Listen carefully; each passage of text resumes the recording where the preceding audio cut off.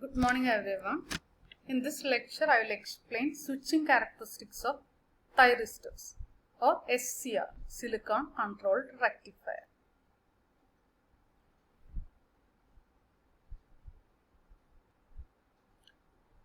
The time variation of voltage across the thyristor and current through it during turn on and turn off process is called switching characteristics or dynamic characteristics of SCR. You can see in this figure, you can see the voltage Vg, that is the voltage applied to the gate. This is the gate voltage Vg we are applying. Now in the next graph you can see the anode voltage Va and gate current Ig on the y-axis and time in microseconds along the x-axis. You can see it is time along microseconds. All these axes are time in microseconds. So at this time t equal to 0, a gate voltage Vg is applied. You can see that when gate voltage Vg is applied, the current will increase from 0 value to the maximum value Ig. This is the maximum value of the gate current. When we are applying a gate pulse, what will happen to the thyristor? Before applying gate pulse, the thyristor voltage will be the forward blocking voltage Va, and this voltage will come to the forward on state voltage as gate voltage Vg is applied. So when this gate voltage, gate current becomes 90% of the maximum value, you can see that the voltage Va starts decreasing. So from this time, as the voltage Va decreases from its blocking voltage Va to the time where it becomes the on state voltage of the SCR is called turn on time of the SCR. Understood? The time from the for blocking voltage Va to the time when it reaches the forward on state voltage.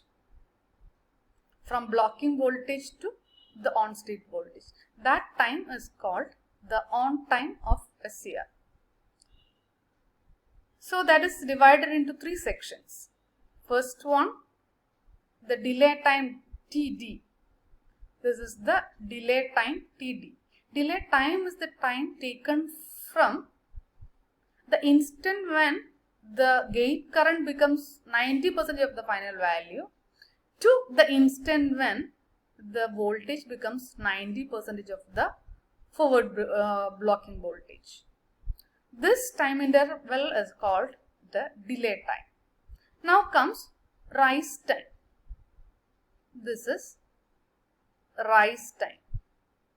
Rise time is the time taken for the voltage to reach from 90% of the blocking voltage to 10% of the blocking voltage. It will drop from 90% of the forward blocking voltage to 10% of the forward blocking time. That can also be explained as the time taken by the armature current to rise from 10% of the load current to 90% of the load current.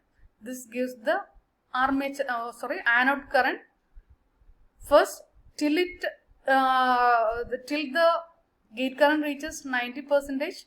The anode current is the forward leakage current only. As the gate pulse is applied, the 90% of the gate current is reached. It starts increasing. From here it starts increasing. You can see that at this point, when the gate current reaches 100% or the gate voltage reaches 90%, that interval is also called rise time. From the forward leakage current to 10% of the armature current. During rise time, the current reaches from 10% of the anode current to 90% of the anode current. This time is also referred to as rise time. So rise time is having many definitions. One is the time required for the anode voltage to fall from 90% to 10%. Then it is the current time taken by the anode current to increase from 10% to 90%. Now coming to spread time. Spread time is the time taken by the anode current to rise from 90% to 100% of the load current. This is the load current which is decided by the load connected. So from 90% of the anode current to 100% of the anode current, that is called spread time, TP. It is denoted as spread time, TP. During this time, the charge carriers in the junction spreads to all over the silicon diode, all over the junction, and the current becomes uniform. Now, this is the on time of the SCR. This is the on time. During on time, you can see that the voltage across the diode is on time voltage, that is a very low value, and current is the load current. Suppose you want to switch off the device. That means the current has to be brought below the holding current. So the load in the device is decreased.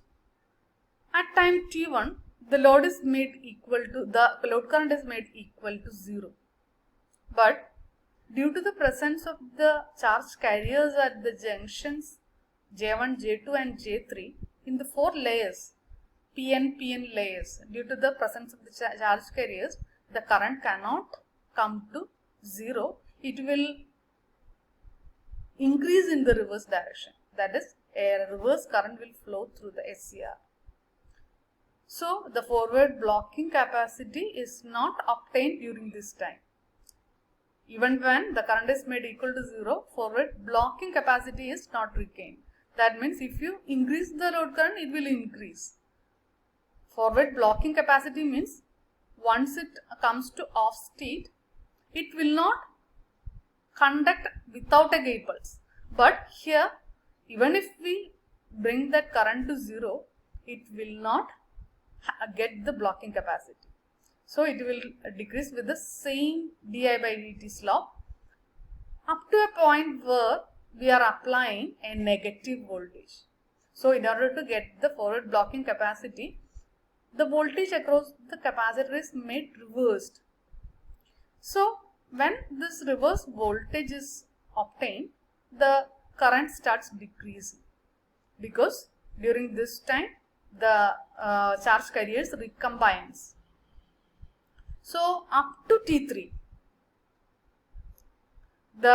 due to the reverse voltage, the charge carriers in the forward biased junctions, that is J1 and J3, recombines to go to the previous state. That is regains the previous state.